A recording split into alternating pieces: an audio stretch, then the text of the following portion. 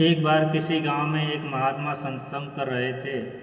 तभी कहीं से एक चोर आकर सत्संग में बैठ गया। महात्मा के सत्संग का चोर पर इतना प्रभाव हुआ कि उसे अपने पाप कर्मों के से घृणा होने लगी। सत्संग समाप्त होने के बाद चोर महात्मा के पास गया और अपने पापों के प्रायश्चित का उपाय पूछने लगा।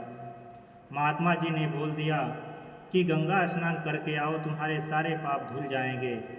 वह चोर तो गंगा स्नान के लिए चला गया, लेकिन तभी वहाँ बैठे लोगों में से एक युवक खड़ा हुआ और बोला, महात्मा जी, आप कहते हैं कि गंगा स्नान से सारे पाप धुल जाते हैं। इसका मतलब तो ये हुआ कि सारे पाप गंगा जी में समा गए, यानी गंगा जी भी पापी हो गई है।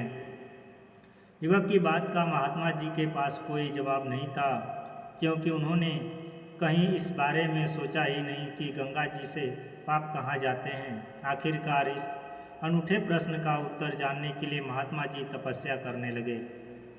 कई दिनों की तपस्या के बाद भगवान प्रसन्न होकर महात्मा जी के सामने प्रकट हो गए और महात्मा जी से वरदान मांगने को कहा। महात्मा जी ने कहा, भगवान, मुझे अपने एक प्रश्न का उत्तर चाहिए कि गंगा में धोया गया पाप कहाँ जाता है। भगवान भी अपने में मग्न थे। उन्हें भी पता नहीं था कि गंगा में धोया गया पाप कहाँ जाता है। भगवान बोले, चलो गंगा जी से ही पूछ लेते हैं, और दोनों गंगा जी के पास पहुँचे।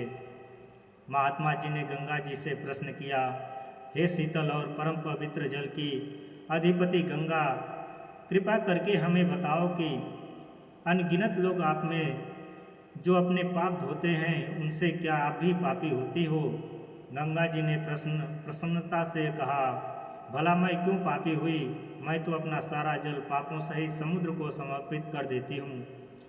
उसके बाद उन पापों का समुद्र देवता क्या करते हैं, ये उन्हीं से पूछो।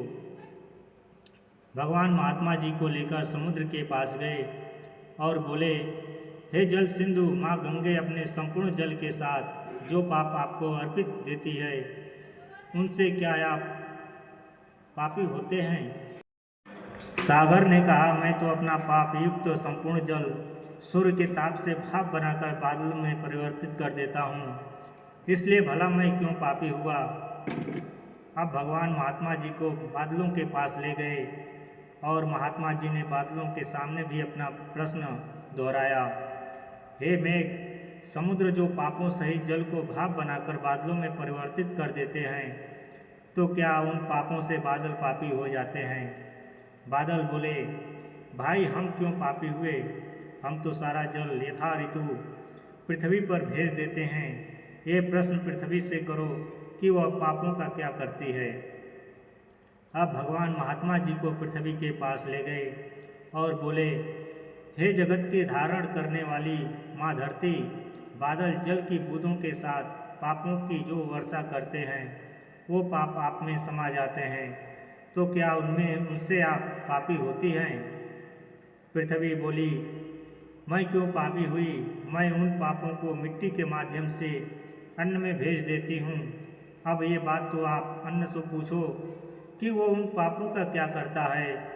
अब दोनों अन्न देवता के पास गए और बोले, हे अन्न देवता, पृथ्वी सारे पाप आपको भेजती है, तो क्या आप पापी हुए।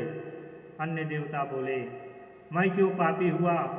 जो मनुष्य मुझे जिस मन स्थिति और जिस वृत्ति से उगाता है या प्राप्त करता है, जिस मन स्थिति और प्रवृत्ति से बनाया और खिलाया जाता है, उसी मन स्थिति और प्रवृत्ति के अनुरूप मैं पापों को उन मनुष्यों तक पहुंचा देता हूँ, जिसे खाकर उन मनुष्यों की बुद्धि भी वैसी ही पापी हो जाती है, जो उनसे उनके कर्मों का फल देने वाले कार्य करवाती है।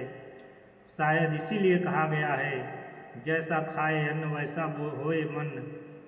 यह कहानी कितनी सच है, ये महत्वपूर्ण नहीं है, बल्कि महत्वपूर्ण यह है कि पाप कर्मों को गंगा जी में धोने का मतलब मन को पाप कर्मों से मुक्त करना है।